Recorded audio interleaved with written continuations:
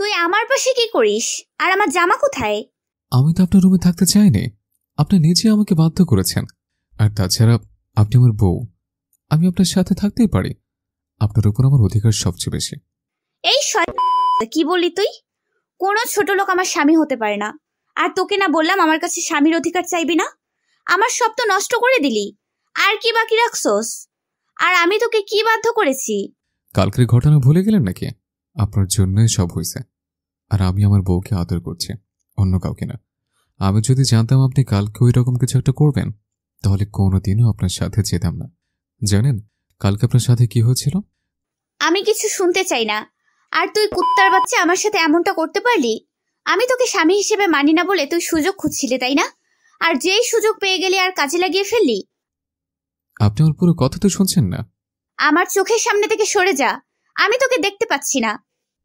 আমি নিশ্চুপ থেকে তাকে বললাম, কালকে রাতে আপনি নেশা করে সেন্স ছিল না, আর এই সুযোগ নিয়ে আপনার বান্ধবীর ভাই আপনার সাথে খারাপ কিছু করতে চাচ্ছিল। তাই তো আমি আপনাকে ওখান থেকে নিয়ে আসি। বাসায় নিয়ে আসার পর আপনার সেন্স ছিল না বলে আমাকে জড়িয়ে ধরেছিলেন এবং ছাড়ছিলেন না। আমি অনেক চেষ্টা করে নিজেকে ছাড়াতে না পেয়ে এই দুর্ঘটনা ঘটে। এরপর রুবি আমার সব কথা শুনে বলল, আমি তোর কথা বিশ্বাস করি না। তুই মিথ্যা কথা বলতেছিস আমার সাথে। তুই কি ভাবিস আমি কিছু বুঝি না? মিথ্যা কথা বলে তুই আমাকে ভোগ করলি।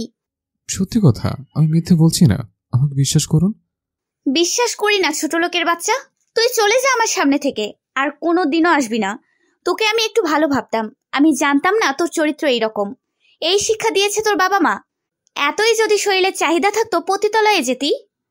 এসব কথা শুনে আমার রাগ উঠে গেল। সে আমার চরিত্র নিয়ে কথা বলল। এতদিন সবকিছু সহ্য করেছে শুধু ভালোবাসে বলে, কিন্তু আর না, এত কিছু আমি আর মেনে নেব না। রুবির জন্য আমার মনে যতটুকু ভালোবাসা ছিল তা আজ ঘৃণায় পরিণত হলো। আমি নিজেকে শান্ত করে রুবিকে বললাম, অনেক অপমান সহ্য করেছে শুধু তোকে ভালোবাসে বলে, কিন্তু তুই আমাকে এত বড় কথা বলতে পারলি? কি চাস তুই?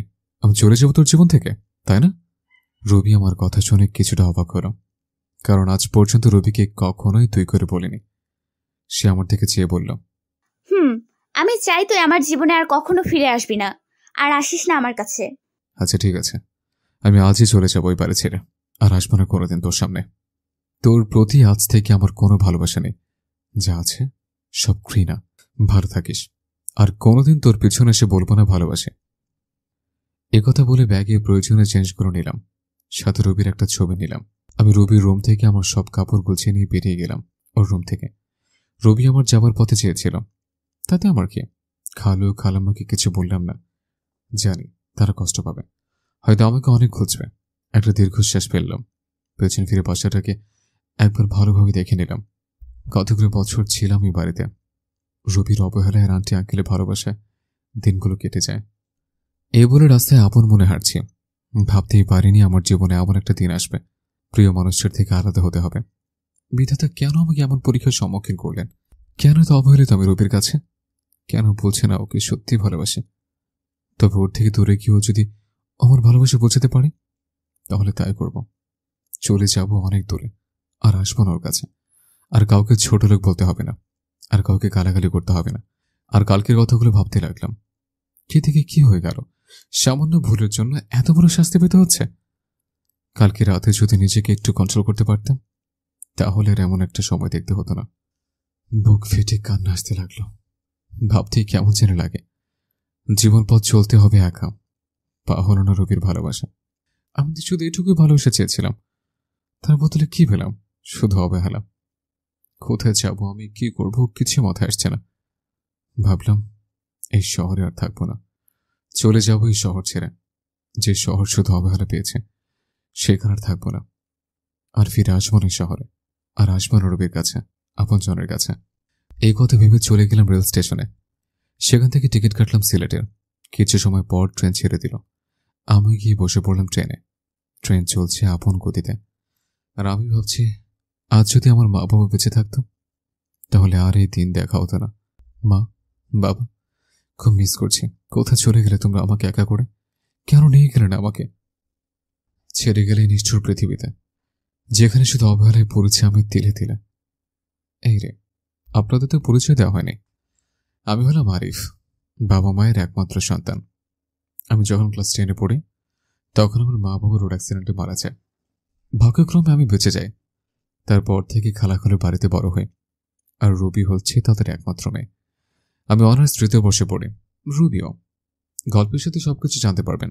আপনাদের সাথে কথা বলতে বলতে চলে আসলাম নিজ গন্তব্য সিলেট শহরে। ট্রেন থেকে নেমে পড়লাম। সাইনবোর্ডে তাকিয়ে দেখি এই জায়গার নাম চাঁদপুর। আমি কিছুক্ষণ স্টেশনে এক চেয়ারে বসে বসে খালাখালুর কথা ভাবছি।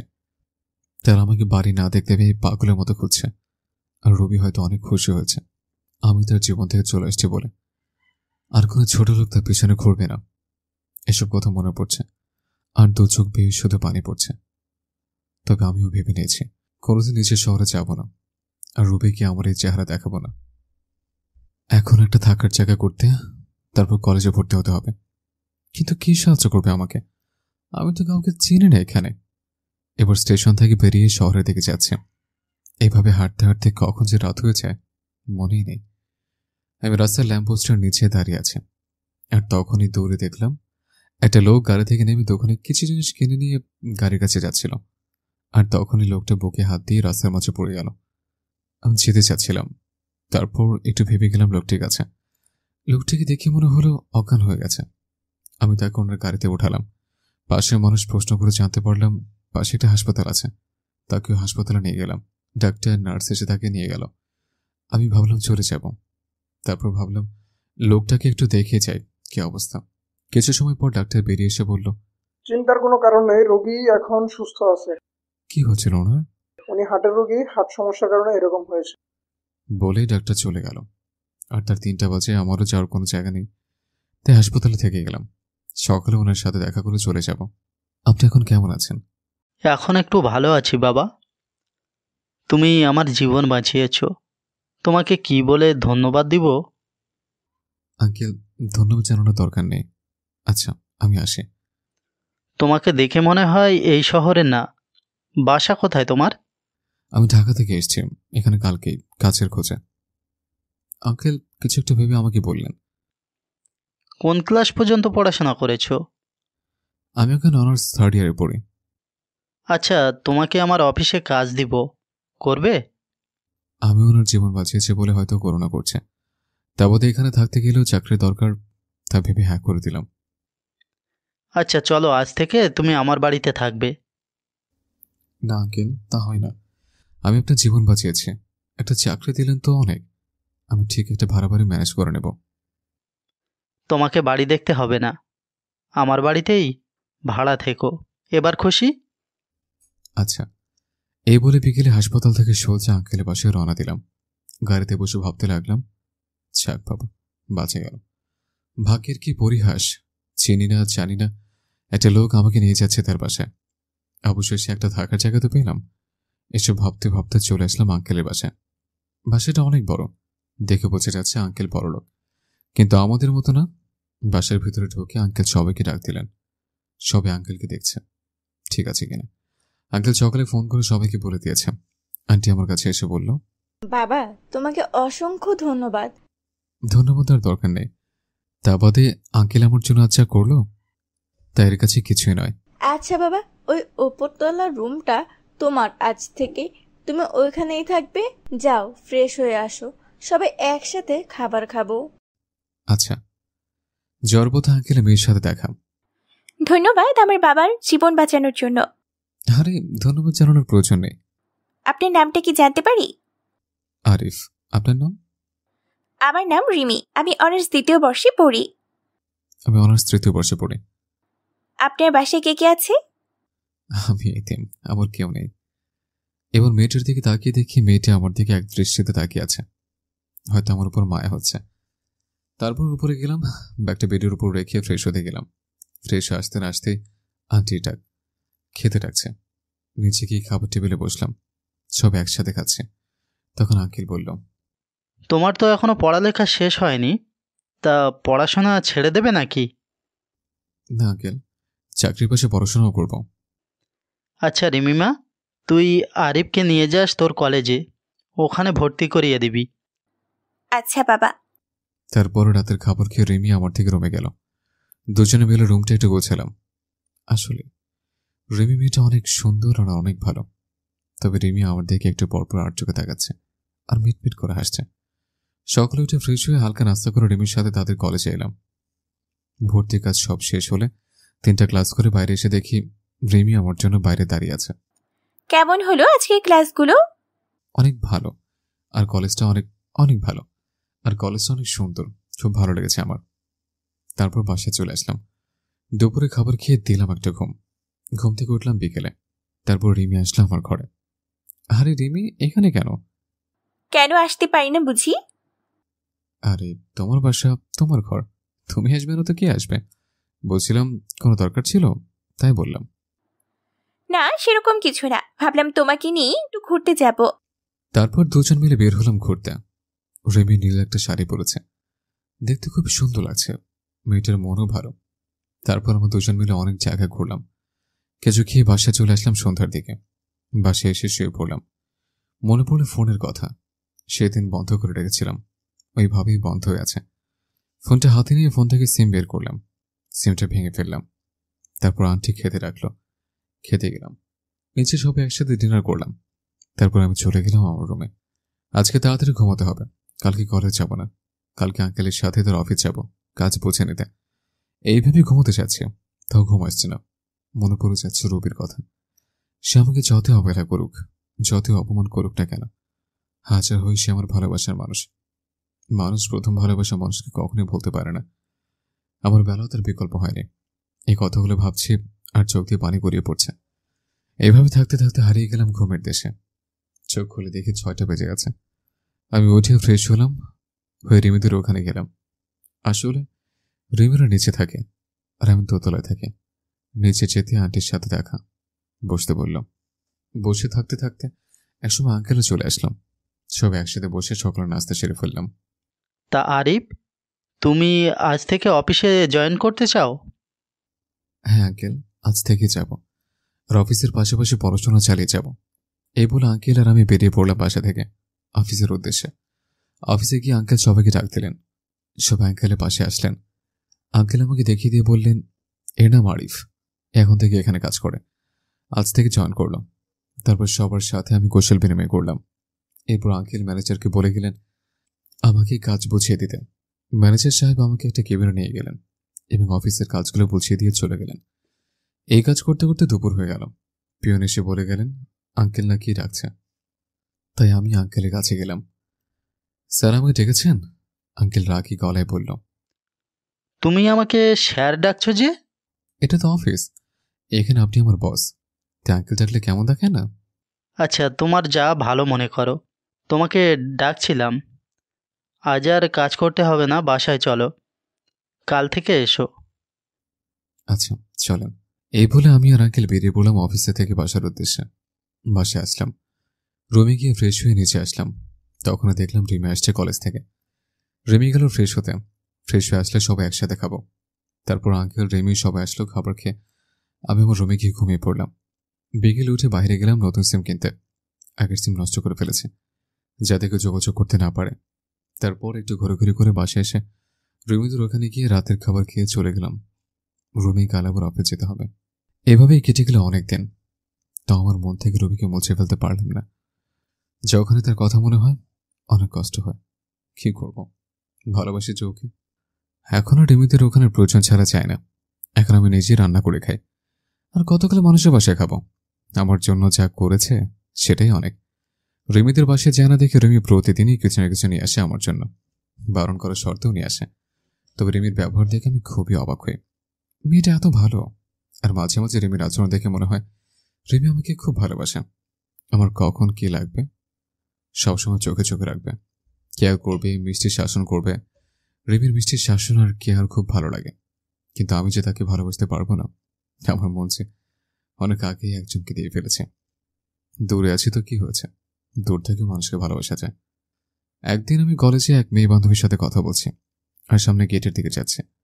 মেয়েটা আমায় খুব কাছের মনে করে। সে আমার হাত ধরে হাঁটছে, আর তখন দেখি সামনে রিমি, কিন্তু তার চোখ দিয়ে অনবরত পানি বের হচ্ছে। আমি আমার বন্ধুর কাছ থেকে বিদায় নিয়ে যে রিমির কাছে যাব, তখনই ঠাস করে রিমি আমাকে একটা চড় দিল। থাপ্পড় মেরে রিমি চলে গেল বাসায়, আর আমি মাথা নিচু করে দাঁড়িয়ে আছি। চোখ দিয়ে দুফোঁটা নোনা জল বেরিয়ে আসলো। আবার সেই পুরোনো কথা মনে করিয়ে দিল। রবি ঠিক এইভাবে আমাকে চর মেরেছিল। আমার এক খুবই কাছের মানুষ। খুব কষ্ট পেয়েছিলাম তখন। রিমি আমাকে থাপ্পড় মারল। তখন হাজার গুণ কষ্ট পেয়েছিলাম। কলেজের পর আমি আর রিমিদের বাড়ি যাইনি। একটা চায়ের দোকানে বসেছিলাম। বসে থাকতে থাকতে সন্ধ্যা আসছে। রিমি আমাকে থাপ্পড় মেরেছে, যেন আমি কষ্ট পাইনি। রিমি আমাকে থাপ্পড় মেরে আমার পুরনো কথা মনে করিয়ে দিয়েছে। তার খুব কষ্ট হচ্ছে। তাই বসে আছে আর সিগারেট খাচ্ছে। হঠাৎ করে ফোনটা বেজে উঠল। হাতে নিয়ে দেখি রিমি ফোন করেছে, বাসায় যেতে বলছে। তাই আর বসে থাকলাম না, বাসার দিকে রওনা হলাম। কিছুক্ষণ হাঁটার পর বাড়ি চলে আসলাম। দরজা কাছে এসে দেখলাম দরজা আগে থেকেই খোলা। আরে, চাবি তো আমার কাছে, দরজা কে খুলল? ভিতরে গিয়ে দেখি রিমি। তাহলে রিমি খুলেছে। আসলে বাড়িওয়ালার কাছে আরেক সেট চাবি ছিল। রুমে ঢুকতে রিমি বলে উঠল, কোথায় ছিলে তুমি? জানো আমি কত কান্না করেছি তোমার জন্য, কত চিন্তায় ছিলাম। এবার রিমি দৌড়ে এসে আমাকে জড়িয়ে ধরে জোরে কান্না করে দিল। আমি তো বেশ অবাক হলাম। রিমি, তুমি কি করছো? ছাড়ো আমায়। না, ছাড়বো না। তুমি কিছু বোঝো না আমি তোমাকে কতটা ভালোবাসি। তোমার সাথে অন্য কাউকে দেখতে পাই না, আমি তোমাকে অনেক অনেক ভালোবাসি। রিমি, তোর মাথা ঠিক আছে? কি বলছো এসব? পাগল হয়ে গেলে নাকি? হ্যাঁ, আমি পাগল হয়ে গেছি, তোমার প্রেমে পাগল। আমি তোমাকে ছাড়া বাঁচবো না। আমি তোমাকে ভালোবাসি না। আর সবচেয়ে বড় কথা, আঙ্কেল আমাকে অনেক বিশ্বাস করে এখানে নিয়ে এসছে। আমাদের বিশ্বাস কখনো নষ্ট করবো না। বাবার কথা বলছো, বাবাকে আমি বুঝিয়ে বলবো। তুমি যাই করো, আমি তোমাকে ভালোবাসতে পারবো না। তুমি যদি বেশি বাড়াবাড়ি করো, তাহলে আমি এই বাড়ি ছেড়ে চলে যাব। না না, তোমাকে বাড়ি ছেড়ে যেতে হবে না, আমি চলে যাচ্ছি। এই কথা বলে রিমি কাঁদতে কাঁদতে চলে গেল। যা ভয় পেয়েছিলাম তাই হলো। যারা ভালোবাসে সে আমাকে ভালোবাসে না, আর যাকে ভালোবাসি না সে আমাকে ভালোবাসে। এরপর থেকে রিমির সাথে আর দেখা হয়নি, তাদের ওখানে যাইও নি। কি বলবো, আমি যে তাকে ভালোবাসতে পারবো না। আমি বিবাহিত। এইভাবে কয়েকদিন চলে গেল। একদিন আঙ্কেল তাদের বাসায় যেতে বললেন, আমিও গেলাম। আরিফ, তুমি আমার মেয়েকে বাঁচাও। কি হচ্ছে রিমির? কয়েকদিন ধরে ঘর থেকে বের হয় না, খাওয়া দাওয়া কিচ্ছু করে না, শুধু বলে আরিফকে এনে দাও। বাবা, তুমি আমার মেয়েকে বিয়ে করো। না আঙ্কেল, এটা হয় না। আমি রিমিকে বিয়ে করতে পারবো না। আপনি আমাকে যে উপকারটা করেছেন তা আমি জীবন দিয়েও শোধ করতে পারবো না। কিন্তু আমি জেনে শুনে আমার জীবনের সাথে আরো একটা জীবন নষ্ট করতে পারবো না। কেন বাবা, কি হয়েছে? আমাকে একটু খুলে বলো। আমি বললাম রিমিকেও ডাক দিতে। তারপর আঙ্কেল, আন্টি, রিমি সবাইকে উদ্দেশ্য করে বললাম, আমি বিবাহিত। আমার এই কথা শোনার জন্য মনে হয় কেউ প্রস্তুত ছিল না। সবাই একসাথে বলে উঠল, কি? তুমি যে বললে তোমার কেউ নেই, তুমি এতিম তাহলে? আমি এতিম হলে আমি খালাখালু বাড়িতে বড় হয়েছি এবং আমার বউ আছে। তাহলে তুমি এখানে কেন, পরিবার ছেড়ে? সে এক দুঃখের কাহিনী। শুনুন তাহলে। সবাইকে বলতে রাখলাম, আমি আরিফ। সবে মাত্র এসএসসি পাস করেছে। 4.97 পয়েন্ট পেয়েছে। আজ আমি অনেক খুশি। বাসা থেকে বেরিয়ে রেস্টুরেন্টের উদ্দেশ্যে রওনা দিলাম, কারণ মিষ্টি তো নিতে হবে। মিষ্টি নিয়ে বাসায় এসে সবাইকে খাওয়ালাম। তারপর খাওয়া দাওয়া করে শুয়ে আছি। এমন সময় আমার ফোন চিল্লাচিল্লি করতেছে, মানে কেউ ফোন দিয়েছে। স্ক্রিনে তাকিয়ে দেখি মামুন ফোন দিয়েছে। রিসিভ করতেই, কিরে শালা, 4টা বাজতে চলছে, আজ আড্ডায় আসবি না? ভুলে গিয়েছিলাম। তোরা আয়, আমি আসছি। সবাই আসছি, তুই তাড়াতাড়ি আয়। আচ্ছা, 5 মিনিট অপেক্ষা কর। ওকে। তারপর ফোন কেটে দিয়ে আড্ডার দিকে রওনা দিলাম। আসলে মামুন, রহিম, মোকসেদ, নাজমুল আমরা প্রাইমারি থেকে পরিচিত। আমরা ফ্রেন্ড। আড্ডা এসে আমরা সবাই কথা বলতে লাগলাম। হঠাৎ রহিম বলতে লাগলো, সবাই শোন, আমাদের গার্লফ্রেন্ড আছে, কিন্তু আরিফ দোস্ত তোর নাই। বেচারা সারা জীবন মনে হয় এরকমই থাকবে হিজড়া হয়ে। মনে হয় হয়। শালারা দেখ আমি কি করে তোদের গার্লফ্রেন্ডের ফোন দিয়ে কি বলি। দোস্ত, না রে, এবারের মতো মাফ করে দে, আর হবে না। ওকে, মনে থেকে যেন। সে সময় আমার ফোন আসলো। আমি ফোন বের করে বললাম, হ্যাঁ আম্মু বলো। তুই কোথায় আছিস? এই তো বন্ধুদের সাথে আড্ডা দিচ্ছে। এখন আর আড্ডা দিতে হবে না, বাসায় আয়, দরকার আছে। আচ্ছা। বন্ধুদের কাছ থেকে বিদায় নিয়ে বাসায় আসলাম। এসে ফ্রেশ হয়ে খাবার টেবিলে বসলাম। তোর তো পরীক্ষা শেষ, আর তোর আব্বু অনেক দিন পর ছুটি পেয়েছে, তাই ভাবলাম তোর খালার বাড়ি থেকে ঘুরে আসবো। কি বলিস? আমার যে কি আনন্দ হচ্ছে, খালার বাড়ি যাব। আপনারা ভাবছেন খালার বাড়ির কথা শুনে এত আনন্দ কেন হচ্ছে? কারণ সেখানে গেলে আমার খালাতো বোন রবির সাথে দেখা হবে, কারণ ওকে আমি ছোট্টবেলা থেকেই পছন্দ করি। আচ্ছা, কবে যাবো আমরা? কালকেই সকালে তাড়াতাড়ি উঠিস। খাওয়া দাওয়া করে রুমে গিয়ে ঘুমিয়ে গেলাম। সকালে সবাই উঠে রেডি হয়ে বেরিয়ে পড়লাম, কিন্তু কে জানতো এই বের হওয়াই হবে আমার মা বাবার সাথে শেষ বের হওয়া। আমাদের গাড়ি অ্যাক্সিডেন্ট করলাম। আমি গাড়ির পেছনে সিটে থাকি, কোনো মতে বেঁচে যাই, কিন্তু আমার মা বাবা আর বাঁচল না। মা বাবা চলে যাওয়ার পর আমি অনেক ভেঙে পড়ি। তখন খালায় খালু তাদের বাড়ি নিয়ে গেল এবং ওখান থেকে বড় হই। খালা আমাকে নিজের ছেলের মতোই ভালোবাসত, কিন্তু রবি, যাকে আমি ভালোবাসি, সে ছিল খুবই অহংকারী। আমাকে সে পছন্দ করত না, বলতে গেলে আমাকে দেখতেই পারত না। আমাকে অনেক অবহেলা করে, কলেজে যেও আমার সাথে খারাপ ব্যবহার করে। এভাবেই দিন পার করতে লাগলাম। এখন আমি ভার্সিটিতে পড়ি। একদিন আমার বন্ধু আমাকে বলে যে সে একটা মেয়েকে পছন্দ করে। আমাকে একটা লাভ লেটার দিয়ে বলল ওই মেয়েটাকে দিতে। আমার আবার ওই মেয়েটার সাথে ভালো সম্পর্ক ছিল, তাই লাভ লেটারটা নিয়ে ওই মেয়েকে ডাক দিয়ে চিঠিটা ওর হাতে দিলাম। সে সময় রবি পাশ দিয়ে যাচ্ছিল। এসব থেকে মেয়েটার হাত থেকে চিঠিটা নিয়ে, তোর সাহস কি করে হয় ওই মেয়েকে প্রেমপত্র দেয়ার? আমি ইচ্ছে করে দিইনি। তোকে আর কিছু বলতে হবে না। তোদের মতো কিছু ছেলেদের জন্যই আজকে মেয়েরা সমাজে অবহেলিত। কয়েকদিন ভার্সিটিতে এসে মেয়েদের প্রেমপত্র দেওয়া শুরু। জানি না সামনে আর কি করবি। তোকে দেখে তো মনে হয় একদম নিষ্পাপ বাচ্চা, কিন্তু তুই যে এমন একটা কাজ করবি তা তোকে দেখে কেউই বুঝতে পারবে না। আর শোন, আর কখনো কোনো মেয়ের সাথে এরকম করবি না। মাথা নিচু করে দাঁড়িয়ে আছে। অনেক ছাত্রছাত্রী দাঁড়িয়ে আমাকে দেখছে। কোনো কিছু না করেও এইভাবেই সবার সামনে অপমানিত হলাম। অবশ্য রবির কাছ থেকে অপমানিত হওয়া আমার কাছে নতুন কিছু নয়। সেই ওর বাড়িতে আসার পর থেকে অপমানিত হয়ে আসছে, বাবা মা মারা যাওয়ার পর থেকে। সরি বন্ধু, আমার জন্য তোর এমনটা হলো। আরে এসব কিছু মনে করিনি, চল। কলেজ থেকে বের হয়ে আসলাম আর ভাবতে থাকলাম রবি কেন আমার সাথে এরকম আচরণ করে। বাসায় গিয়ে কিছু খেয়ে ঘুমিয়ে পড়লাম। পরের দিন ঘুম থেকে উঠতে একটু দেরি হয়ে গেছিল। কি ব্যাপার, এত দেরি হলো কেন? সরি স্যার, আর হবে না। আচ্ছা যাও। ক্লাস শেষ করে বাসায় চলে আসলাম। রবি আমি এক ক্লাসে পড়ি, কিন্তু আমার সাথে কথা বলে না। মনে হয় চেনেই না আমাকে। বাসায় আসতে আসতে 2টা বেজে গেল। বাসায় এসে দুপুরে খাবার খেয়ে ঘুমোতে গেলাম। বিকেলে বাইরে থেকে ঘুরে এসে পড়তে বসলাম। 10টার দিকে খাবার খেয়ে ঘুমিয়ে গেলাম। ঘটনা ঘটল সকালে। আরিফ শোন, তোরা এখন অনেক বড় হয়ে গেছিস। আমি আর তোর খালু চাই তোকে রুবির সাথে বিয়ে দিতে। তোর কোনো আপত্তি আছে? আমি ভাবলাম সকালে আজ কার মধ্যে উঠেছিলাম যে খালা নিজে এসে বিয়ের কথা বলছে। আমি যেহেতু রবিকে পছন্দ করি প্লাস ভালোবাসি, তাই না করলাম না। ভাবলাম রবি ঠিক একদিন আমাকে ভালোবাসবে, আমার কোনো আপত্তি নেই। কিন্তু রবিকে বিয়ে করতে রাজি? সেটা তুই আমাদের উপর ছেড়ে দে। তারপর খালাম্মা চলে গেল। আমি জানতাম রবি বিয়ে মানতে চাইবে না, কিন্তু খালু জোরে জোরেতে হ্যাঁ বলে দিয়েছে। দেখতে দেখতে আমাদের বিয়েটাও ভালোভাবে হয়ে গেল। আমি এখন যাচ্ছি বাসর ঘরে। ঘরে গিয়ে দেখলাম রবি খাটের উপর বসে আছে। আমি কিছুটা সাহস নিয়ে গেলাম তার কাছে।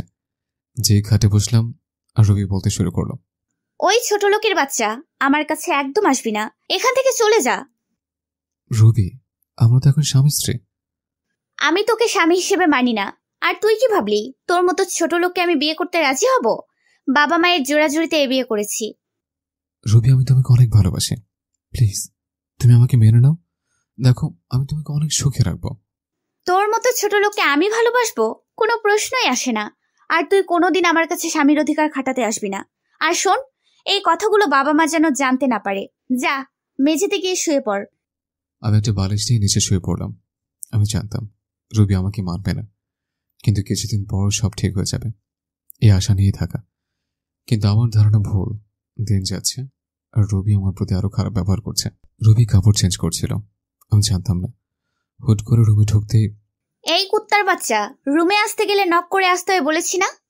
না মানে আপনাকে খাওয়ার জন্য ডাকতেছে। এইদিকে আয়। আমি ওর একটু কাছে গিয়ে দাঁড়ালাম। ঠিক তখনই রবি আমাকে ঠাস ঠাস করে 2 গালে 2টা থাপ্পড় মারল।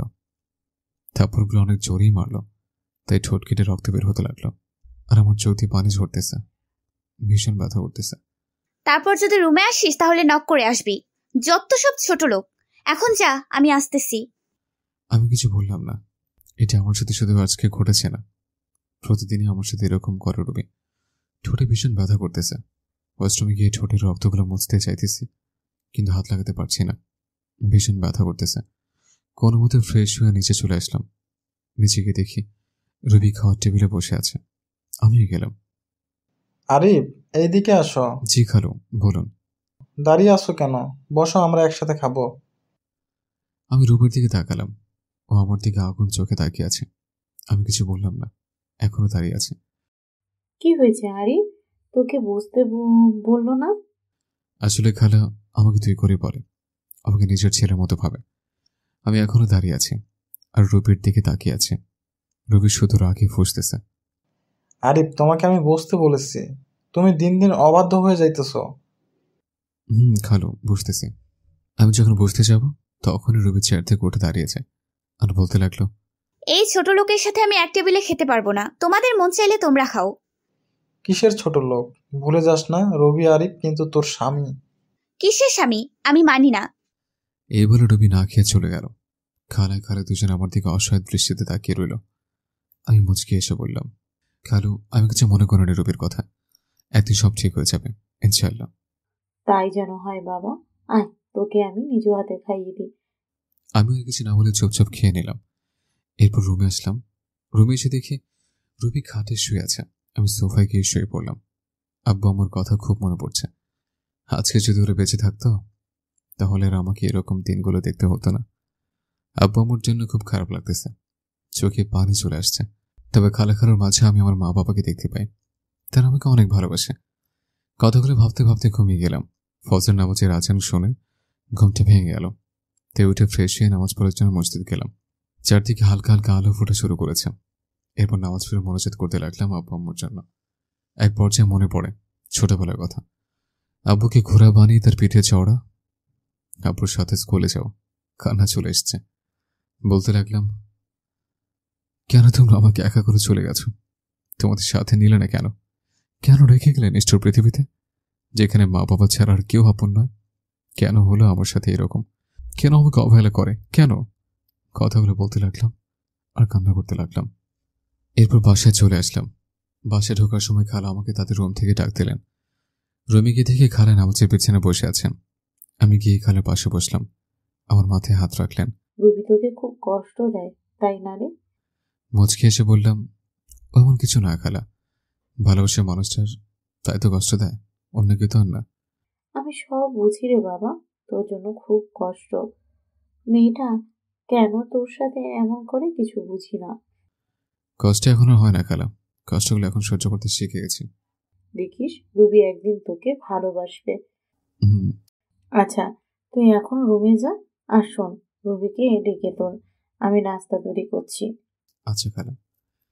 এরপর রবিকে ডাক দেয়নি, কারণ ওকে ডিস্টার্ব করলে আবার আমার কপালে খারাপই আছে। ভালোবাসি, তাই ওকে কিছু বলতেও পারি না। রবিকে না ডেকে আমি কলেজে যাওয়ার জন্য রেডি হয়ে নিলাম। এরপর আবার নিচে চলে গেলাম। গিয়ে দেখি রবি নিচে নাই। খালা, রবি কই?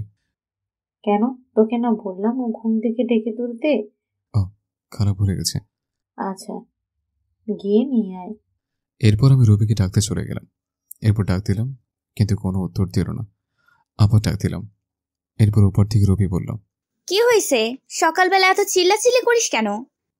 আমাকে আন্টি ডাকছে, তাড়াতাড়ি নিচে আসতে, কলেজ যেতে হবে, পরে কিন্তু দেরি হয়ে যাবে।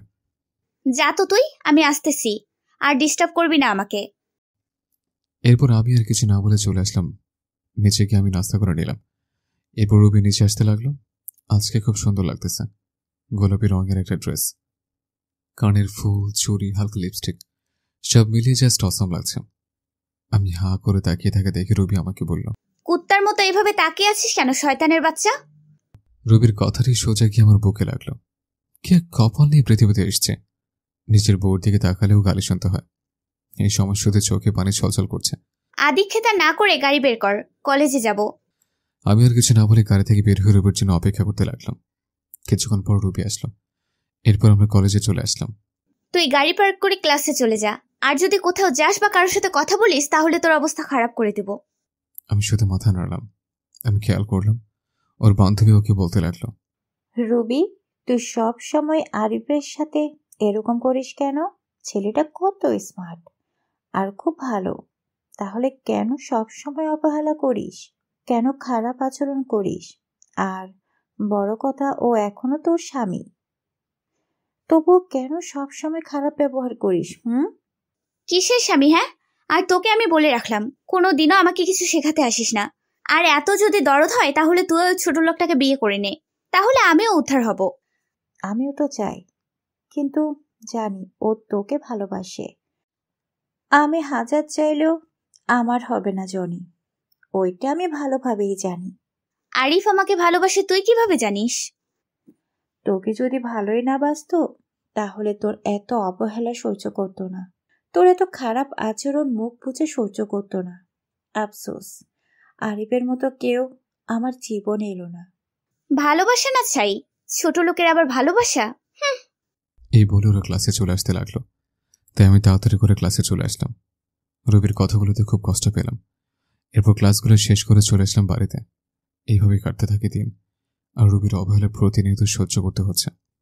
ভালোবাসা মানুষের অবহেলা কত কষ্টের, তা যদি রবি জানতো তাহলে আমাকে এইভাবে অবহেলা করতো না। বসে আছি নিজের রুমে, তখন রবি আসলো আমার রুমে। আজকে সন্ধ্যায় আমার এক বান্ধবীর জন্মদিনের পার্টি আছে, আমার সাথে তুইও যাবি, তাই তাড়াতাড়ি রেডি হয়ে নিস। যদি দেরি করিস তাহলে তোর কপালে খারাপই আছে। আমি শুধু মাথা নেড়ে হ্যাঁ সূচক উত্তর দিলাম। এরপর সন্ধ্যায় রেডি হয়ে গাড়ি নিয়ে বাইরে অপেক্ষা করতে লাগলাম। রবি আসতেছে, আজকে খুব সুন্দর লাগতেছে, কিন্তু সৌন্দর্য আর দেখা হলো না। নিজেকে থেকে মুখ ফিরিয়ে নিলাম, জানি আমাকে এইভাবে তাকিয়ে থাকতে দেখলে আবার গালি দেবে। কি হয়েছে, গাড়ি চালাস না কেন? এই তো চালাতেছে। আমাদেরকে কোথায় যেতে হবে? চলতে থাক, আমি বলতেছি কোথায় যেতে হবে। এরপর রবির কথা মতো গাড়ি নিয়ে চলে গেলাম। চলে আসলাম রবির বান্ধবীর বাসায়। ভিতরে গিয়ে এক জায়গায় বসে থাকবি, ওখানকার কেউ জানে না তুই আমার স্বামী, আর জানতেও যাতে না পারে, বুঝতে পারলি? আমি মাথা নাড়ালাম, ভিতরে চলে গেলাম। গিয়ে রবি ওর বান্ধবীদের সাথে কথা বলছে। আমি একটা সিটে বসে ওকে দেখছি। এক পর্যায়ে জন্মদিনের কেক কাটা হলো, জন্মদিনের পার্টি বলে কথা। সেখানে দেখলাম রবির বান্ধবী সবাই মিলে ড্রিঙ্কস করছে, কিন্তু একে রবি তো এসব খায় না। আমি দেখলাম রবিও ড্রিঙ্কস করছে। যাকে যা করার করুক, আমার কি? আমি আনমনে বসে আছি। বসে থাকতে থাকতে এক পর্যায়ে চোখ গেল রবির দিকে। দেখছি রবির সাথে একটা ছেলে ডলাডলি করছে। তা দেখে আমার মাথা পুরো গরম হয়ে গেল। রবি প্রচুর ড্রিঙ্কস করে কিছু বুঝতে পারছে না। ছেলেটা দেখছি রবির সাথে খারাপ কিছু করার চেষ্টা করছে। তাই আর এসব না দেখতে পেয়ে চলে গেলাম ওর কাছে, গিয়ে সোজা রবির গালে একটা থাপ্পড়। এরপর আমি গিয়ে ছেলেটাকে ইচ্ছে মতো মারতে লাগলাম। শালা আমার ভোর থেকে খারাপ দৃষ্টি দেয়। মারতে মারতে প্রায় ছেলেটাকে আমি আধমারা করে ফেলি। তখন রবির বান্ধবী যার জন্মদিন, সে এসে আমাকে আটকায়, বলে, ভাইয়া সরি, আমার ভাই এরকম কাজ করবে আমি জানতাম না, ভাইয়া ক্ষমা করে দিন। এরপর ছেলেটার মুখ টিপে ধরে বলতে লাগলাম, তোর ভাগ্য ভালো, তোকে ছেড়ে দিলাম। আর শোনো রাখ, রুবি আমার, সধি আমার, ওর দিকে যে চোখ তুলে তাকাবে আমি ওর চোখ উপড়ে ফেলবো, মাইন্ডেড। রবি কিছু বলছে না, হয়তো বেশি ড্রিঙ্কস করার কারণে এরকম হয়েছে। তাই আমি রবিকে কোলে তুলে নিয়ে নিচে চলে আসলাম, আর সবাই আমাদের দিকে তাকিয়ে আছে। এরপর গাড়ি করে রবিকে নিয়ে আসলাম। গাড়ি থেকে রবিকে কোলে করে নামিয়ে ওর রুমে নিয়ে আসলাম। এরপর তাকিয়ে তার খাটে শুয়ে দিলাম। রবি আমার গলা জড়িয়ে ধরে আছে। আমি নিজেকে ছুটাতে চাইলাম, কিন্তু পারলাম না। রবি আমাকে টান দিয়ে ওর বুকের মাঝে ফেলে দেয়। ওর গরম নিঃশ্বাস আমি অনুভব করতে পারছি। ওর শরীর থেকে আলাদা একটা গন্ধ আসতেছে, যা আমাকে পাগল করে দিচ্ছে। রবি আমাকে ওর বুকের মাঝে জড়িয়ে নেয়। আমি কোনো মতে নিজেকে ছাড়িয়ে উঠতে চাইলাম, কিন্তু পারলাম না। এই কি করছেন? কে? ছাড়েন আমাকে। তোমাকে আজকে ছাড়তেছি না। মানে কি বলতে চান আপনি? দেখেন আমাকে। বলতে পারলাম না। রবি আমার আর ওর ঠোঁট জোড়া এক করে নিল। আমি কিছু করতে পারছি না। আমার হাত পা ঠান্ডা হয়ে আসতেছে। আমি জানি রবি এইসব কিছু নেশার ঘরে করতেছে। আমার এরকম করা ঠিক হবে না, তাই নিজেকে ছড়াতে চাইলাম, কিন্তু পারতেছি না। রবি আমাকে এখনো খুব জোরে জড়িয়ে ধরে আছে, আর আমার ঠোঁট চুষতেছে। আমিও ধীরে ধীরে দুর্বল হতে লাগলাম। আমি রবিটাকে সাড়া দিলাম। রবি আমার বউ, ওর উপর আমার অধিকার আছে, আর যা হবার পরে দেখা যাবে। ধীরে ধীরে দুজন তলিয়ে গেলাম ভালোবাসার গভীর সাগরে। সকালবেলা আমার ঘুম ভেঙে যায়। আমি এখনো রবির বুকের মাঝে আছি আর রবি আমাকে জড়িয়ে ধরে। রবির শরীরে কোনো কাপড় নেই। আমি নিজেকে ছড়িয়ে রবির কপালে একটা চুমো দিলাম। আমার স্পর্শে রবির ঘুম ভেঙে যায় এবং আমাকে দেখে চমকে ওঠে। তুই এখানে কি করিস? আমার পরনের কাপড় কোথায়? এরপর আমার সাথে রবি কি করলো, আমি কেন বাসা ছেড়ে চলে আসলাম, সবকিছু আঙ্কেল আন্টি রেমি সবাইকে বললাম। আমি তাদের দিকে তাকাতে বুঝতে পারলাম তারা মন খারাপ করে বসে আছে। তারপর রেমি বলল, তুমি রুবিকে ডিভোর্স দিয়ে দাও, আমি তোমাকে বিয়ে করব। এ হয় না রেমি। রবি আমাকে যত অবহেলা করুক না কেন, আমি তাকে এখন আগের মতোই ভালোবাসি। আমি তার চেয়ে অন্য কাউকে দিতে পারবো না। তুমি এরকম করলে আমি এই বাড়িতে থাকবো না, চলে যাব দূর কোথাও। আর বলবো না, তাও তুমি চলে যেও না। আমার এরকম পরিস্থিতি দেখে আঙ্কেল আন্টি কিছু বলতে পারল না। তারপরে আমি বিবাহিত। তারা যেন শুনে তাদের মেয়েকে একটি বিবাহিত ছেলের সাথে বিয়ে দিতে চাইবে না, যার ঘর সংসার স্ত্রী আছে। তার মেয়ের জীবন নষ্ট হয়ে যেতে দিবে না। আমি এরপর ওদের বাসা থেকে চলে আসলাম আর যাই না ওদের বাসায়। এভাবেই দেখতে দেখতে 5 বছর চলে গেল। এখন আমার পড়ালেখা শেষ। এখন আঙ্কেল অফিসে চাকরি করে অনেক ভালো কোম্পানি থেকে চাকরির অফার আসছিল, কিন্তু না করে দিয়েছে। কারণ এই শহরে প্রথম আসে তখনই আঙ্কেল এই অফিসে চাকরি দিয়েছিল। কেন জানি এক মায়া সৃষ্টি হয়ে গেছে, চাইলেও আর যেতে পারি না। তবে অফিসে এখন অনেক বড় পদে আছে আমি। সেদিনের পর থেকে রিমি আর কখনো ভালোবাসার কথা বলে না। আগের থেকে রিমির সাথে আমার আরো ভালো সম্পর্ক তৈরি হয়েছে, তবে সেটা বন্ধুত্বের। রিমি পড়াশোনা শেষ করায় সেও এখন আমার অফিসে কাজ করে, এমডির পদে। তার বাবার পরিবর্তে এখন সে অফিসের এমডি। আমরা প্রতিদিন একসাথে করে অফিসে যাই। আজ আমি প্রতিষ্ঠিত। আমার কোনো চিন্তা নেই, কোনো চাপ নেই, আর কোনো অবহেলা নেই। কারো অপমান আর কেউ ডাকে না ছোট লোক বলে। কারো হাতে থাপ্পড় খেতে হয় না। তবে কয়েক বছরে আমার অনেকবার রবির কথা মনে পড়ে। এমন কোনো রাত নেই যে আমার রবির কথা মনে পড়েনি। তো নিজেকে এখন মানিয়ে নিতে শিখেছে। এমনি ভাবে আমার দিন যেতে লাগলো। একদিন আঙ্কেল অফিসে সবাইকে এক জায়গা করলেন আর বলতে লাগলেন, এবার আমরা একটা বড় ধরনের প্রজেক্ট পেয়েছি, প্রায় 2 কোটি টাকার। এই কাজটা আমি আরিফকে দিতে চাই। আরিফ, কালকে বেরিয়ে পড়ো, প্রজেক্টের কাজটা ঢাকায়। ঢাকা কথাটা শুনে আমার মাথা ধরে গেল। আমি বলতেও পারছি না যে এই কাজটা আমি করতে পারবো না। এত বড় প্রজেক্ট যে, তাই কিছু বললাম না। বাসায় এসে শুনলাম রিমু যাচ্ছে আমার সাথে এই প্রজেক্টের কাছে। আঙ্কেল বলল, তোমাকে ওখানে থাকার চিন্তা করতে হবে না। রিমির ফুপুর বাড়ি ওখানে, ওখানেই তোমরা থাকবে কাজ শেষ না হওয়া পর্যন্ত। সকালে বের হব, তাই রাতে সবকিছু গুছিয়ে নিলাম এবং ঘুমিয়ে গেলাম। সকালে রিমি আর আমি রওনা হলাম ঢাকার উদ্দেশ্যে। রেল স্টেশনে গিয়ে টিকিট কাটলাম। সিলেট টু ঢাকা। কখনো ভাবতে পারিনি যে আবার ফিরবো ঢাকায়। ভেবে নিয়েছিলাম কখনো যাব না, কিন্তু কি আর করার, ভাগ্যে যা লেখা আছে তাই হবে। রবি হয়তো আজ নতুন সংসার করছে, আমার কথা ভুলে গেছে। এবার রিমি আর আমি ট্রেনে উঠলাম, গিয়ে বসে পড়লাম নিজের সিটে। ট্রেন চলছে আপন গতিতে। ভাবতে ভাবতে কখন যে ঢাকায় পৌঁছে গেছে খেয়ালই করলাম না। প্রাণের শহর ঢাকা শহরে আজ 5 বছর পর আসলাম। 5টা বছর কেটে গেল, আজ আবারও ঢাকায় ফিরছে। সবকিছু অচেনা মনে হচ্ছে। দেরি না করে সোজা রওনা দিলাম রিমির ফুপুর বাসায়। আমাকে দেখে চিনতে পারেনি, আর চিনবেই বা কি করে। আমার পাশে রিমির দিকে তাকিয়ে দৌড়ে চলে আসলো রিমির কাছে। রিমিকে ধরে বলল, মা, তুমি যে আসবে আমি কখনো কল্পনাই করতে পারিনি। সেই ছোটবেলায় এসেছিলে, আর তো একবারও আসোনি। আমাদের কথা মনে নেই বুঝি? যাও, ফ্রেশ হয়ে এসো, আমি খাবার বেড়ে দিচ্ছি। ফ্রেশ হয়ে সবার সাথে দুপুরে খাবারটা খেয়ে শুয়ে আছে। এমন সময় রিমি এসে বলল, বিকালে ফ্রি আছো? জবাবে, হ্যাঁ অবশ্যই। তাছাড়া এখন তো আমার কোনো কাজ নেই, ফ্রি তো থাকবই। বলছিলাম কি, ফুপু বিকালে একটু ডাক্তারের কাছে যাবে। একা একা যাবে না, তাই আমাকে নিয়ে যেতে চাচ্ছে। আমার সাথে যদি তুমিও যাও। আরে সমস্যা নেই, আমি তো ফ্রি আছি। গেলাম না হয় তোমার সাথে, সময়টাও কেটে যাবে। একা একা থাকতে কি আর ভালো লাগে? আচ্ছা, তুমি এখন রেস্ট নাও। বিকেলে রিমি একটা আকাশি কালারের শাড়ি পরেছে, কাচের চুড়ি হাতে, চোখে কাজল দিয়ে আমার সাথে বের হয়েছে। ওকে দেখলে যে কোনো মানুষ প্রেমে পড়ে যাবে। ওকে দেখে রুবির কথা খুব মনে পড়ে গেছে। যথারীতি ডাক্তার চেম্বারে পৌঁছে গেলাম।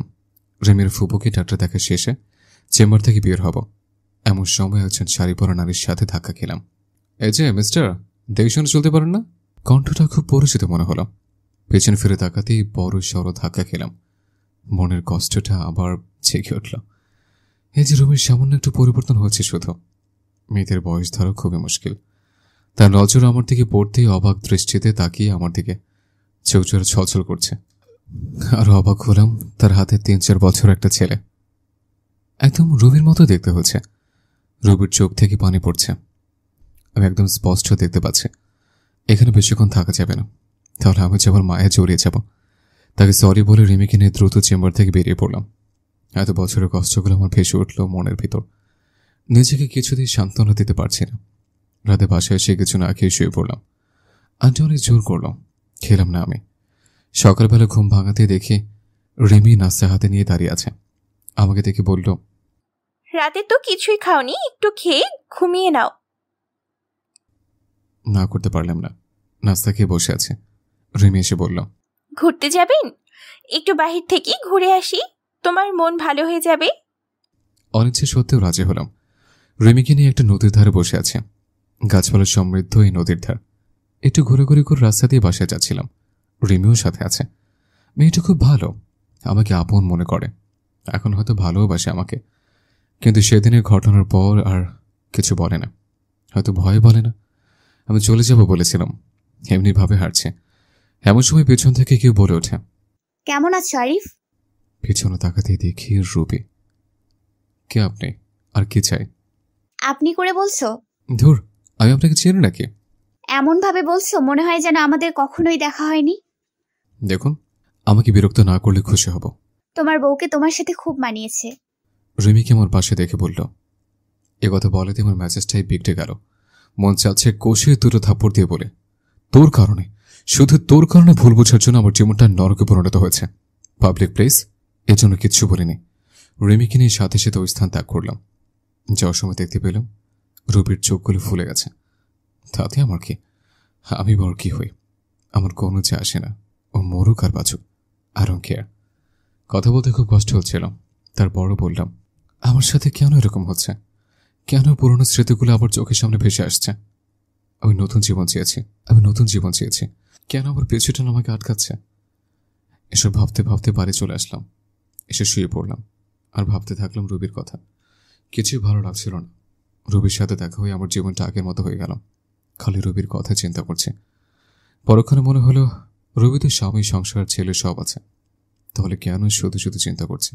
শত হলেও আমার প্রথম ভালোবাসা রুবি, ভুলে কি থাকা যায়? রুবি কথাগুলো ভাবছে স্বার্থপর মতো। আমাকে একা করে দিল। বেনা দোষী আজ আমি নিঃসঙ্গ। হয়তো এটাই নিয়তি, আমার নিষ্ঠুর ভালোবাসা। সন্ধ্যা বের হয়ে গেছে। অনেক রাতে বাসায় ফিরলাম। কলিং বেল বাজতেই রিমি দরজা খুলে দিল। মনে হয় আমার অপেক্ষা বসেছিল। একটা মেয়ে আমার খুব কেয়ার নিচ্ছে। আমার সেদিকে কোনো মনোযোগই নেই। আমার হৃদয় শুধুই রুবিই থাকবে। এত রাতে বাইরে কি করছিলে? রাতে বাইরে থাকতে নেই, ফ্রেশ হয়ে এসো, আমি খাবার দিচ্ছি।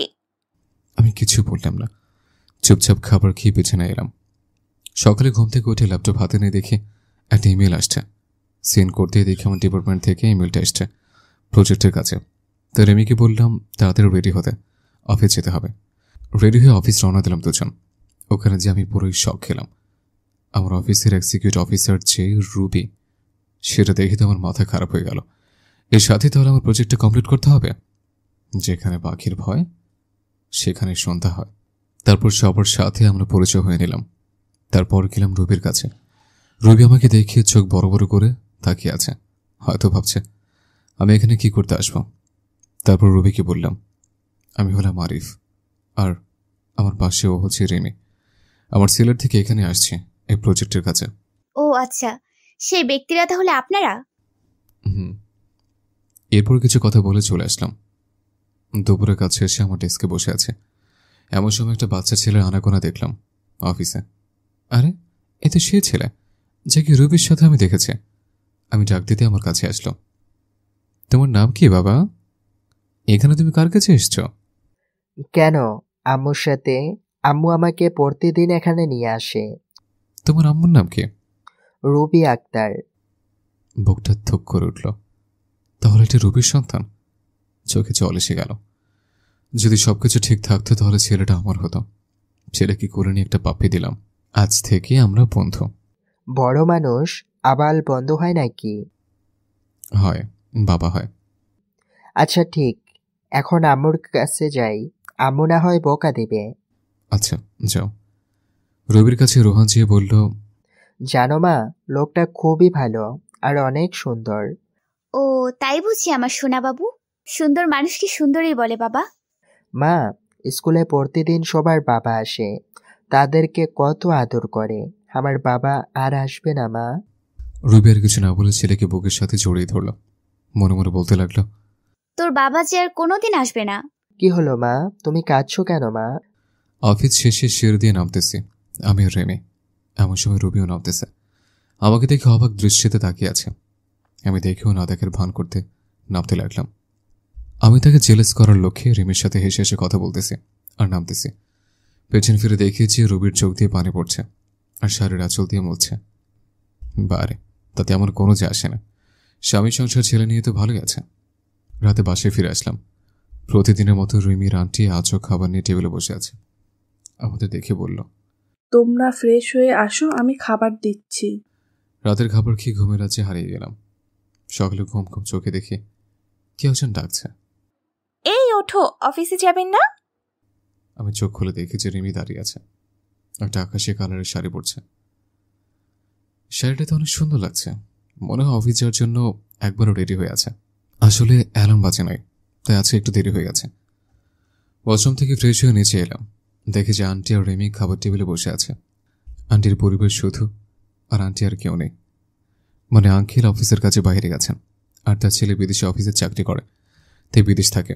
তাই বাসায় এখন আন্টি ছাড়ার কেউ নেই। আমি রাস্তার টেবিলে বসে পড়লাম। খাবার শেষ করে রেডি হয়ে রেমিকে নিয়ে বের হলাম।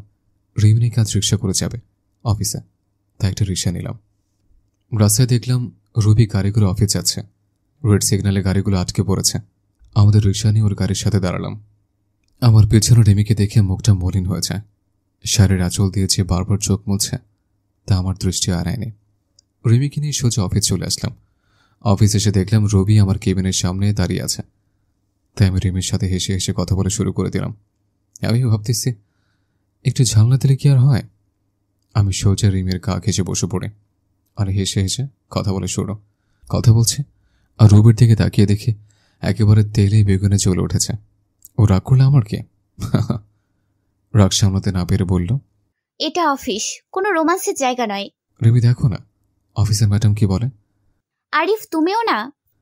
এ কথা বলে রুমে চলে গেল। আমি ভেবে পাচ্ছি না রবি আমায় দেখে ওরকম ব্যবহার কেন করছে। তার তো স্বামী আছে।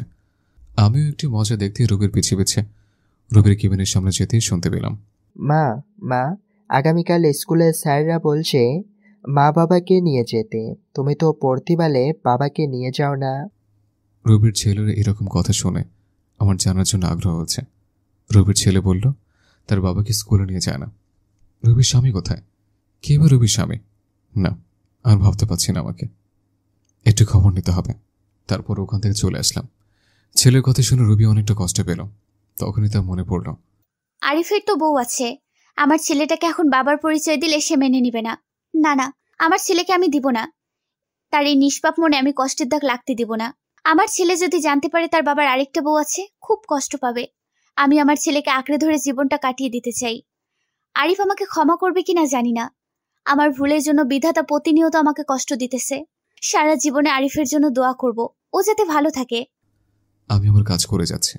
দুপুরে লাঞ্চ টাইমে সবাই ক্যান্টিনে খাওয়ার প্রস্তুতি নিচ্ছে। আমি যেয়ে রিমির সাথে বসলাম।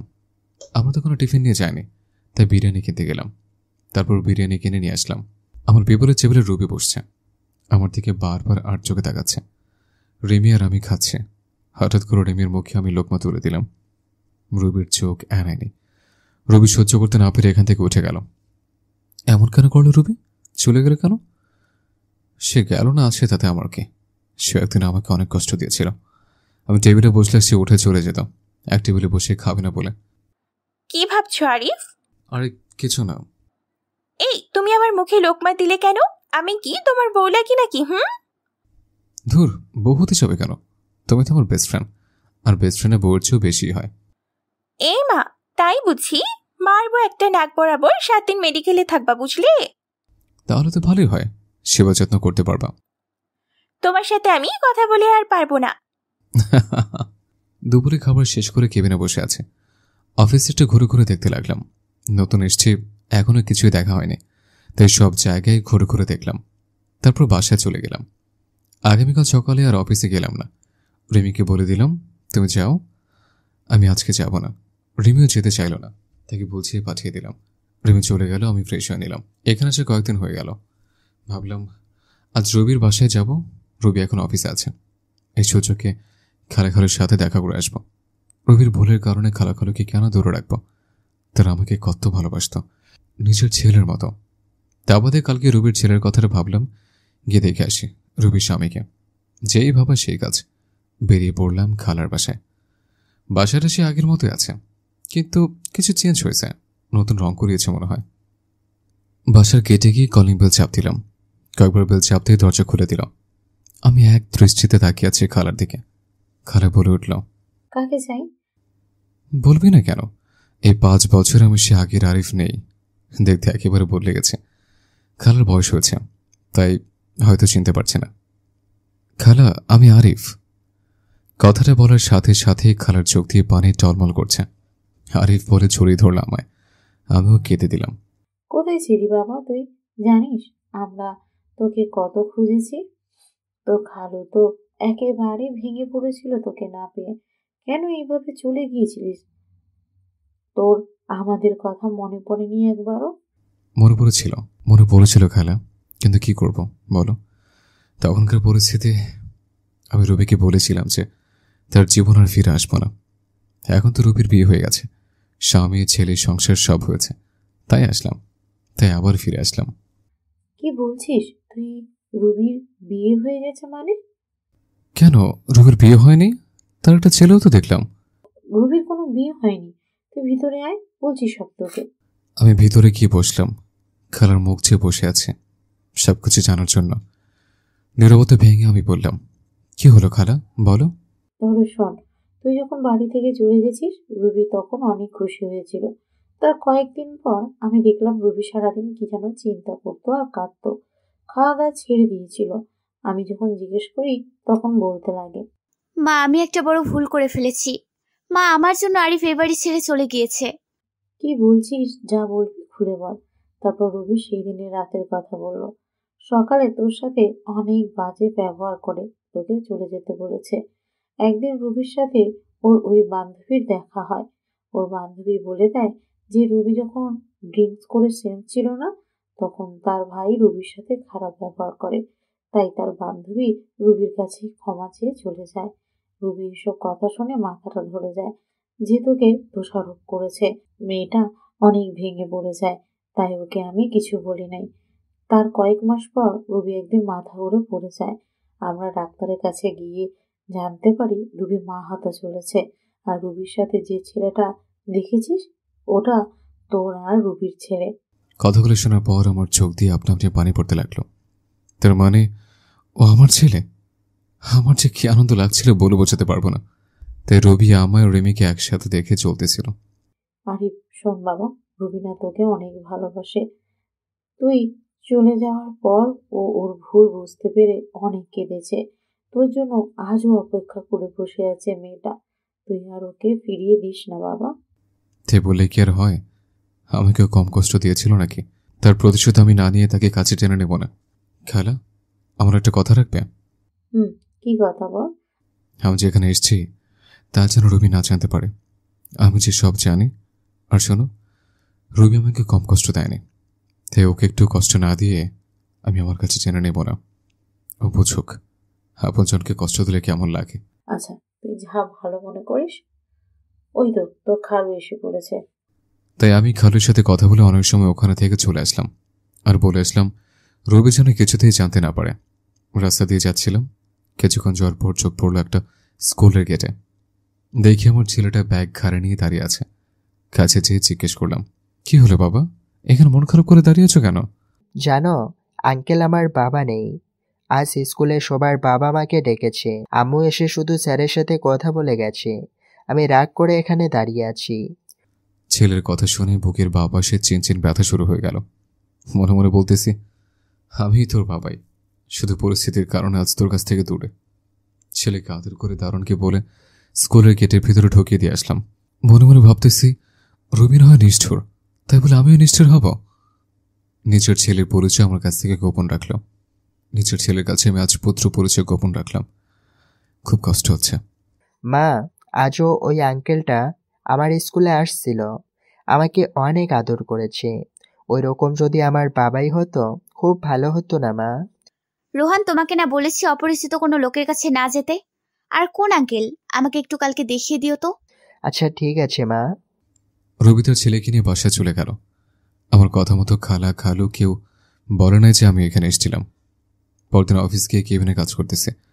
এমন সময় পিয়ন এসে বলল, রবি ম্যাডাম আপনাকে ডেকেছে। আর দেরি না করে চলে গেলাম। মিস্টার আরিফ খান, আপনি কাল অফিসে এলেন না, কতগুলো কাজ ছিল। এইভাবে কাজ না করলে প্রজেক্টটা শেষ করবেন কিভাবে? আসলে ম্যাডাম ভুলে গেছিলাম একটু। রাখেন আপনার ভুলে যাওয়া। এত বড় প্রজেক্টের কাজ কোন ভদ্রলোকে যে আপনাকে দিয়েছে আমি তা ভেবে পাচ্ছি না।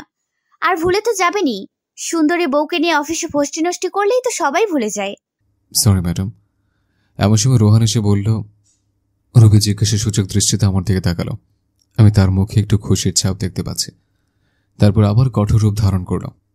তোমাকে না বারণ করেছি অপরিচিত ফালতু লোকের কাছে না যেতে? আমার দিকে তাকিয়ে এই কথাটা বলল। মা, আঙ্কেল খুব ভালো, তুমি ফালতু বলছো কেন? চুপ, একদম চুপ। বেশি পাকনা হয়ে গেছো না? মুহূর্তের মধ্যেই মনটা খারাপ হয়ে গেল। ফালতু কি আমি, নাকি তুমি নিজেই? খুব বলতে ইচ্ছা করছে। রবি, কি দেখছো তুমি আমার মাঝে? ফালতুর মতো কার্যকলাপ। বলতে কি আর বললাম না। কেবিন থেকে এক বুক হতাশা নিয়ে বেরিয়ে আসলাম। মা হয়ে কেমনি নিজের ছেলেকে তার বাবার সাথে মিশতে দেয় না। খুব কষ্ট লাগছে। আচ্ছা, আমিও তোমাকে বুঝিয়ে দেব রবি কষ্টের উপলব্ধিটা কেমন লাগে। অফিস শেষে রেমিকে বললাম, আমার সাথে ঘুরতে যাবে নাকি? রেমিও রাজি হয়ে গেল। আমি আর রেমি একটা পার্কে বসে আছে। আমার মন খারাপ দেখে রেমি জিজ্ঞেস করলো, মন খারাপ কেন আরিফ? কই কিছু না তো, এমনি। আচ্ছা একটা কথা বলো তো আরিফ। কি? রবি ম্যাডাম কিছুদিন থেকে তোমাকে চোখে চোখে রাখছি, তোমার সাথে হেসে হেসে কথা বলি প্রচুর রাগ হয়। সেদিন আমাকে জিজ্ঞেস করলো, তোমাদের আচরণ দেখে মনে হলো স্বামী স্ত্রী, কতদিন ধরে হয়েছে তোমাদের বিয়ে হওয়ার, আরো অনেক কথা বলেছে। আচ্ছা তোমার সাথে রবি ম্যাডামের কোনো সম্পর্ক আছে নাকি? আমি দীর্ঘশ্বাস ফেলে জবাব দিলাম, থাক না ওসব কথা। বলো না আরিফ। আমি তোমাকে আমার স্ত্রীর কথা বলেছিলাম না? রবি সেই আমার স্ত্রী। কথাটা বলতেই রিমি অবাক হয়ে গেল। এই হচ্ছে তোমার বউ? আমি রুবিকে সবকিছু বলবো, ও তোমাকে মেনে নিবে। কিছু বলতে হবে না তোমাকে, যা করার আমি করব। তারপর রিমিকে বললাম, তুমি শুধু অফিসে আমার সাথে প্রেমের অভিনয় করবা, এতটুকুই। অনেকক্ষণ নীরব থেকে রিমি মাথা নেড়ে হ্যাঁ জবাব দিল। রাতে দুজনে একসাথে বাসে ফিরে আসলাম। খাওয়া দাওয়া শেষ করে বিছানায় শুয়ে পড়লাম। কি করব কিছু বুঝতে পারছি না। ভাবতে ভাবতে ঘুমিয়ে পড়লাম। সকালে ঘুম ভাঙলো অ্যালার্মের শব্দে। তারপর রিমি ফুপু নাস্তা দিল। খেয়ে অফিসের উদ্দেশ্যে বেরিয়ে গেলাম। অফিসে পৌঁছে রিমিকে বললাম, তুমি ভিতরে যাও, আমি একটু পাশের দোকান থেকে আসছি। কিছু সময় পর অফিসে ঢুকলাম। গিয়ে দেখে রিমি আর রবি বসে বসে কাজ করছে। এই জানো কি করছো ওখানে? তুমি এখানে কেন? চলো আমার সাথে, কেবিনে চলো। রবির দিকে তাকিয়ে দেখি রাগে লাল হয়ে গেছে। মনে হচ্ছে এখনই চিবে খেয়ে ফেলবে। ও বাবু, দেখছো না কাজ করছি, পরে যাব। এত বড় লোকটাকে বাবু বলছে?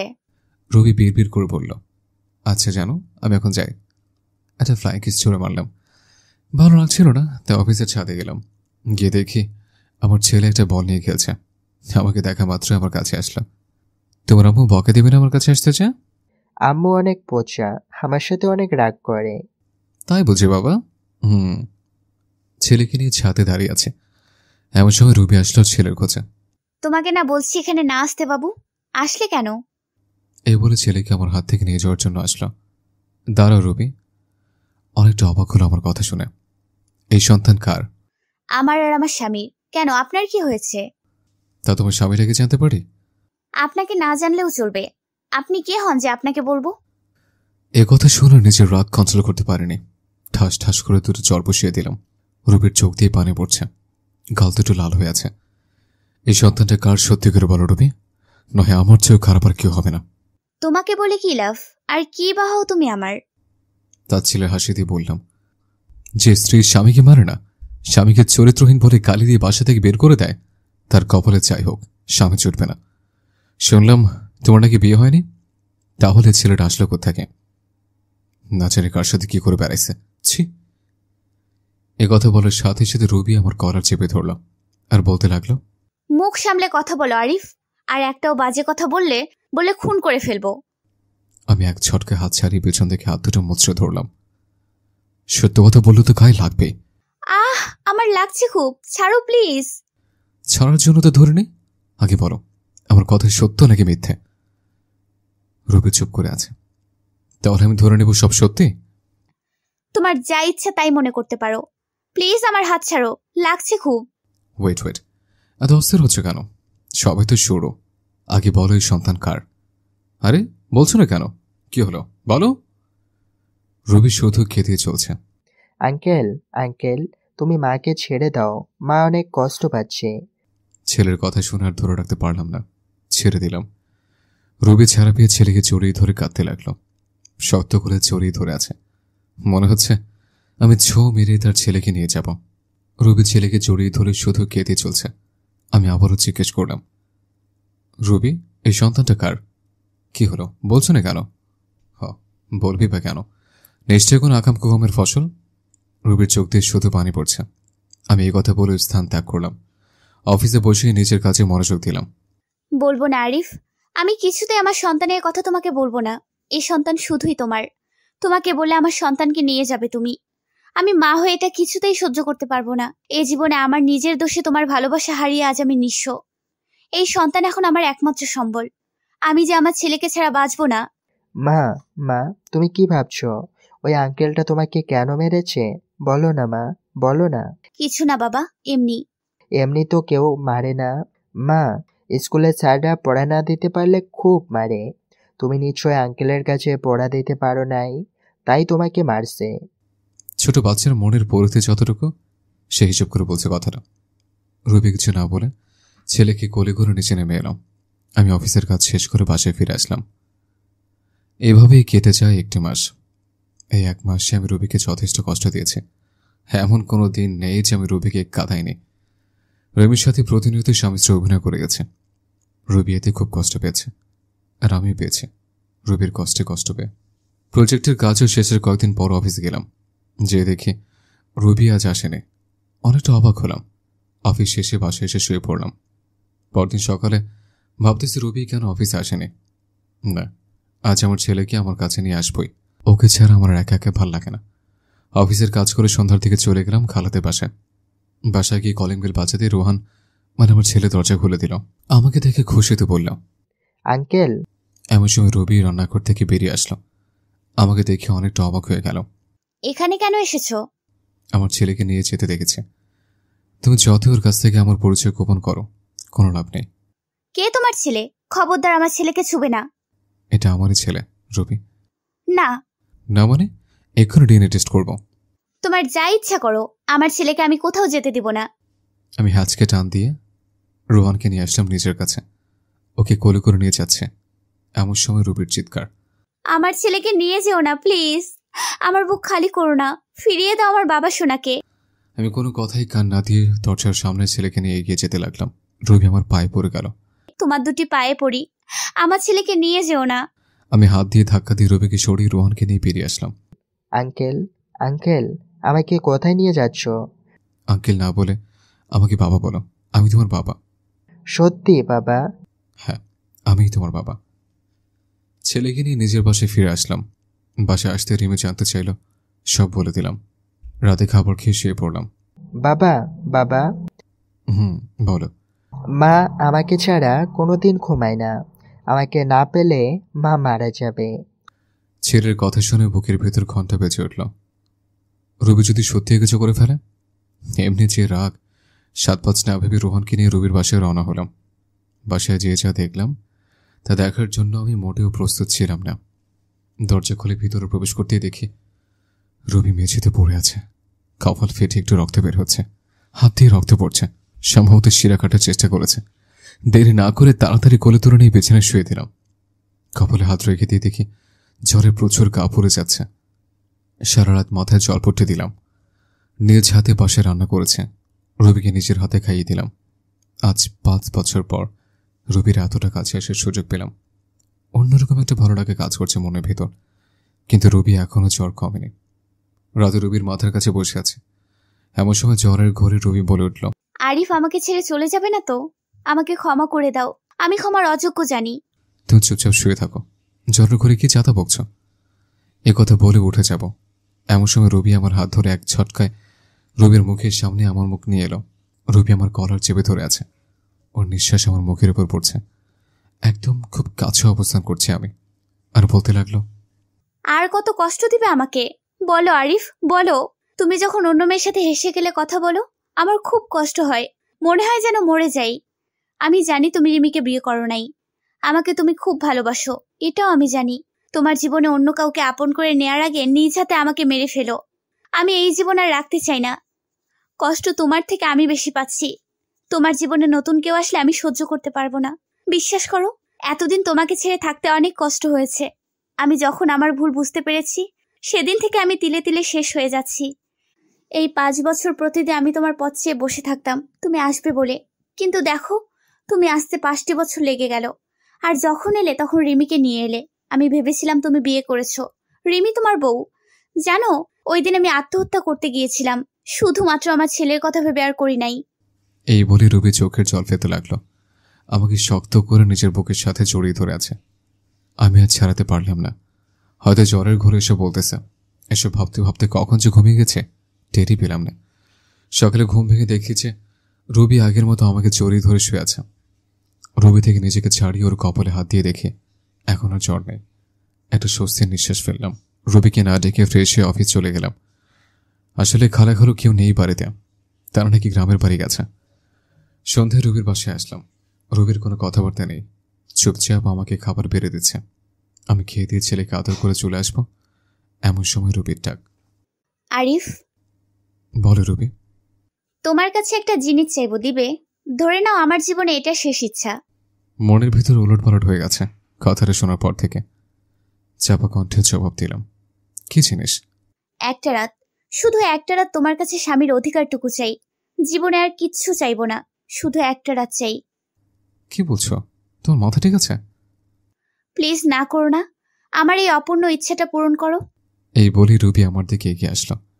আমার পায়ের উপর পা দিয়ে আমাকে জড়িয়ে ধরে ঠোঁটে ঠোঁট মিশিয়ে দিল।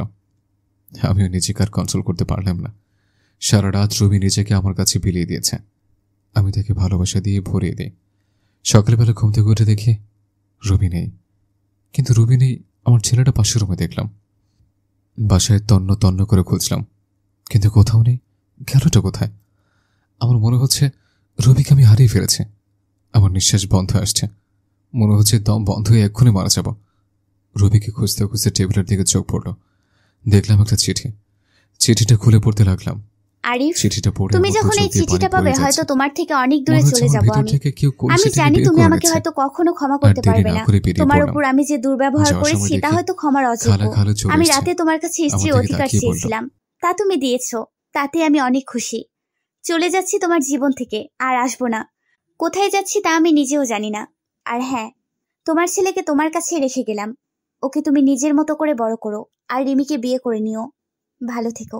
কি হয়েছে? আমি শুধু বললাম, রোহনকে দেখে রেখো বলে বেরিয়ে গেলাম রাস্তায়। গোটা রাস্তা পাগলের মতো এপাশ ওপাশ খুঁজতে লাগলাম। প্রায় অনেক জায়গায় খোঁজা শেষ। এবার আশা ছেড়ে দিয়েছে। হাঁপিয়ে রাস্তায় বসে পড়লাম। কিছু সময়ের নিচে বসে থাকার পর সামনে চোখ পড়ল বাস স্টেশনের বেঞ্চের মেয়েটির দিকে। রুবির মতো আমি ভুল দেখছি না তো? চোখ ঢোলে দেখলাম সত্যি রুবি বসে আছে, নিচের দিকে তাকিয়ে কান্না করছে। বাসেতে সকলে ছাড়া নেই, তেমন হয় বাসের অপেক্ষা বসে আছে। আমি আর দেরি না করে দৌড়ে চলে গেলাম রুবির কাছে। গিয়ে বললাম, রুবি?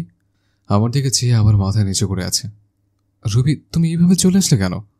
রুবি নিশ্চুপ। কি হলো, কথা কানে যাচ্ছে না, বলো। রুবি নিশ্চুপ। মাথাটা খারাপ হয়ে গেল। বেঞ্চের থেকে টেনে দাঁড় করে দিলাম এক থাপ্পড়। গালে হাত দিয়ে আমার দিকে ছলছল চোখে তাকিয়ে কেঁদে যাচ্ছে। আমার আর তার কান্নায় সহ্য হলো না, টান দিয়ে বুকের সাথে মিশিয়ে নিলাম। কি ভেবেছে নিজেকে? যখন তখন আমাকে কষ্ট দিতে তোমার ভালো লাগে, তাই না? জানো না আমি তোমাকে কত ভালোবাসি? আর কি বললাম, আমি রিমিকে বিয়ে করে নেব, তাই না? যদি রিমিকে বিয়ে করতাম তাহলে 5 বছর আগে করতাম। আমার হৃদয়ে শুধু তুমি আছো, যে জায়গা আমি কাউকে দিতে পারবো না। শুধুমাত্র সামান্য ভুল বোঝার কারণে আজ আমাদের এই পরিণতি, সম্পর্ক ভাঙনের পথে। কিন্তু রবি, একবারের জন্য কি আমাকে বিশ্বাস করতে পারোনি সেদিন? নাকি তোমার ব্যর্থতা? রবি ফুপিয়ে ফুপিয়ে কাঁদছে, চোখের জল মুছে দিতে আমাকে জড়িয়ে ধরে কেঁদে চলছে। আমাকে অনেক শক্ত করে জড়িয়ে আছে, মনে হচ্ছে আমাকে কেউ চিনিয়ে নিয়ে যাবে। আমাকে ক্ষমা করে দাও আরিফ। তুমি ক্ষমা না করলে আল্লাহ আমার উপর নারাজ হবে। আমি নিজের স্বামীকে অনেক কষ্ট দিয়েছি। এই বলে আবার কাঁদতে লাগলো। আমি চোখের জল মুছে দিয়ে বললাম, পাগলি, এত ক্ষমা চাওয়ার কি আছে? তোমার আরিফের তোমার উপর কোনো রাগ নেই, তোমার উপর অসন্তুষ্ট হয়নি। কথা দাও, এভাবেই ভালোবেসে যাবে তো সারা জীবন?